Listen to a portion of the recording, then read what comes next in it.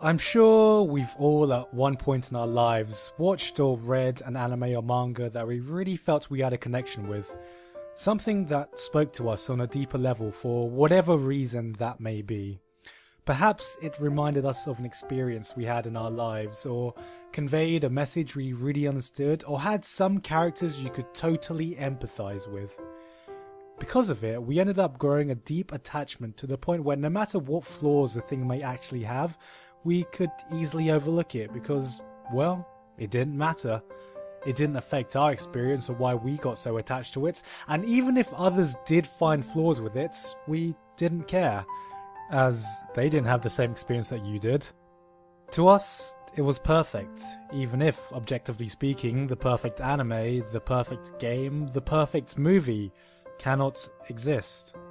Recently, I was lucky enough to be able to see the record-breaking Your Name in theatres, and it absolutely blew me away. So much so I had to watch it not twice, but 3 times before getting close to satisfied. And it was after I walked out of the theatre for the 3rd time that I knew I'd found my new perfect anime.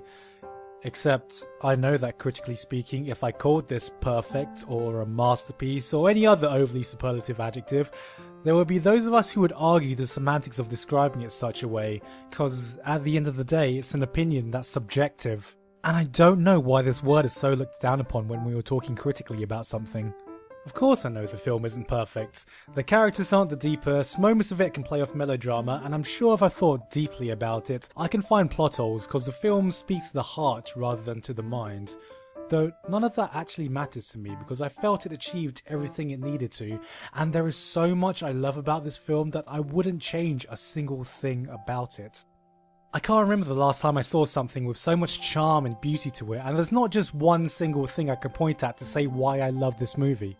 The beautiful dichotomy of the lives of 2 star-crossed lovers learning vicariously about one another, capturing the carefree nature of adolescence like that melancholic feeling of watching a long summer's day passing by. That dreamlike quality of longing for something that seems preordained yet lost, while mixing in themes of fantasy, long-distance relationships and natural disaster, somehow weaving all this into a compelling narrative.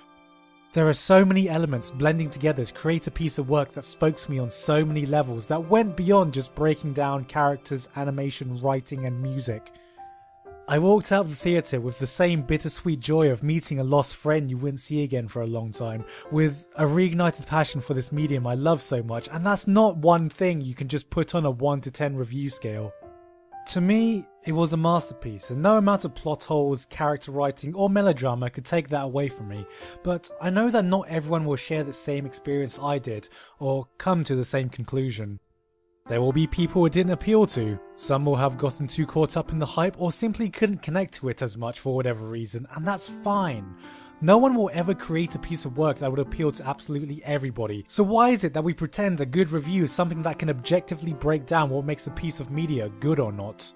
Many self-proclaimed critics I've seen always harp back to the writing and characters as the absolute backbone of what makes something good, as if there's only one specific formula to making a great show, which is something I totally disagree with. Sure, there is a guidebook and theories to what makes good filmmaking and storytelling which applies to the majority, but we shouldn't forget what they are. A guide, not an absolute, and there are exceptions to every rule. Every anime sets out to achieve something different, and part of the charm of certain movies or shows is the way they are able to impress you even if it clearly has flaws, or sometimes even embracing them.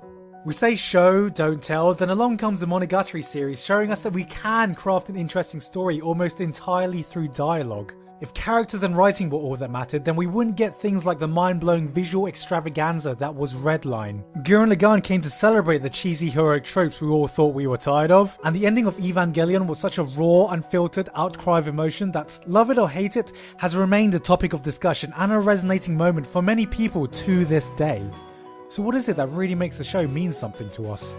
The conclusion I've come to is that there is no single technique that portrays this, but there is a common driving force I've felt from all of these shows: passion and communication. At the end of the day, anime is a form of art, a way for the creators to communicate to the audience in some way, whether it be an idea, a feeling, an experience, or something else. And my favourite shows are the ones where this communication really resonated with me.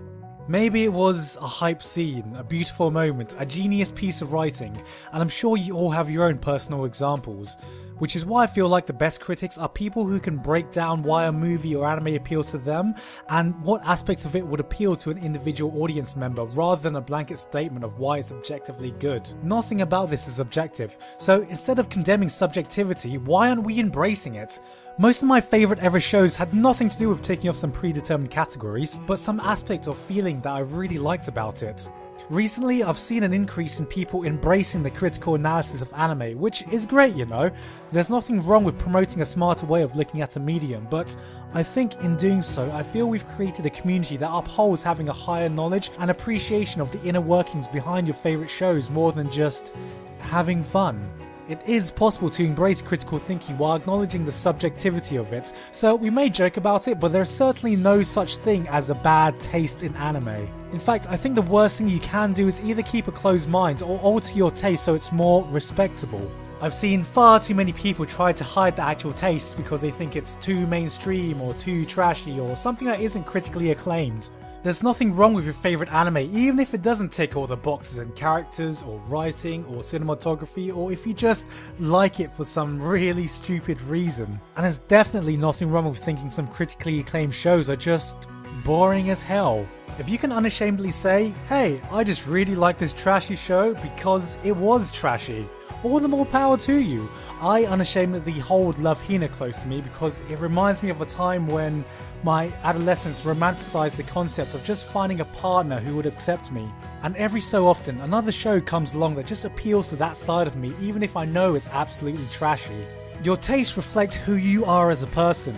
Your interests are shaped by your experiences and upbringing that made you the individual you are today. So why the hell shouldn't you be proud of that? It shouldn't be about having superior taste, it shouldn't be about showing off how much knowledge you have, and it definitely shouldn't be about showing how much smarter you are than other people. It should be about keeping an open mind, embracing individuality, and most of all, having fun. I'm the type of guy who can be gawping at the complex narrative presentations seen in Satoshi Kon's work, and then arguing over which Monogatari girl has the most appealing bust in the same conversation. In fact, those were some of the most interesting conversations I've ever had with some of the most interesting people I've ever had the pleasure of meeting. Whatever shows hold a special place in your heart are special because that's the person you are, so don't forget that. And I guess all I really wanted to say through all this mindless rambling without any real point I was trying to make was that I saw an anime the other day, and I liked it a lot. It was pretty great. No. In fact, it was perfect. 愛し方さえも君の匂いがした歩き方さえもその笑い声がした